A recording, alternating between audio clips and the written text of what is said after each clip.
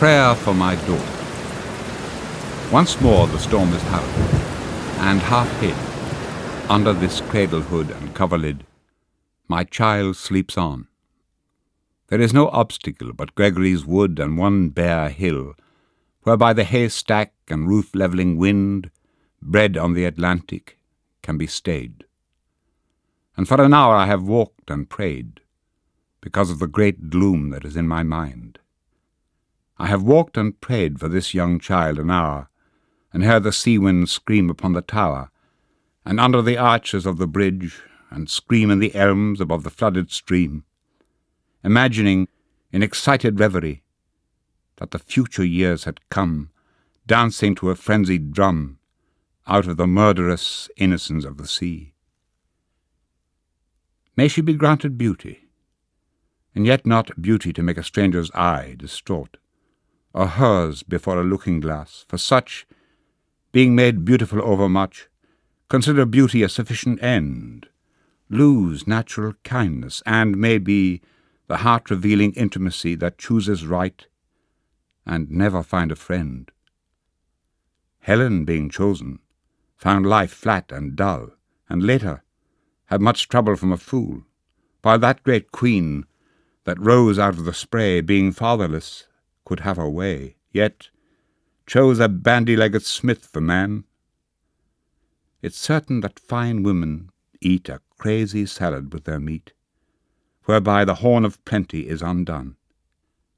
In courtesy I'd have her chiefly learned. Hearts are not had as a gift, but hearts are earned by those that are not entirely beautiful. Yet many that have played the fool for beauty's very self has charm made wise, and many a poor man that has roved, loved and thought himself beloved, from a glad kindness cannot take his eyes. May she become a flourishing, hidden tree, that all her thoughts may like the linnet be, and have no business but dispensing round their magnanimities of sound, nor but in merriment begin a chase, nor but in merriment a quarrel. Oh, may she live like some green laurel, rooted in one dear perpetual place.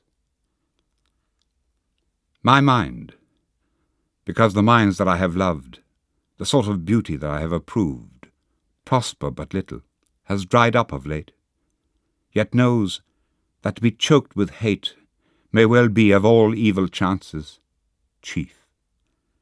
If there's no hatred in a mind, assault and battery of the wind can never tear the linnet from the leaf. An intellectual hatred is the worst, so let her think opinions are accursed.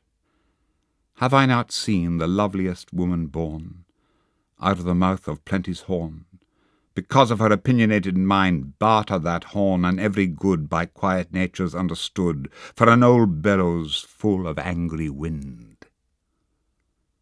Considering that, all hatred driven hence, the soul recovers radical innocence, and learns at last that it is self-delighting, self-appeasing, self-affrighting, and that its own sweet will is heaven's will.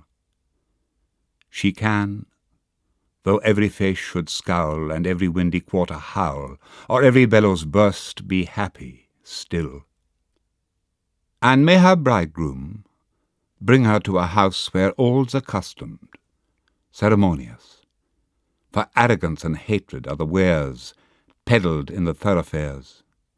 How, but in custom and in ceremony, are innocence and beauty born? Ceremony's a name for the rich horn, and custom for the spreading laurel tree.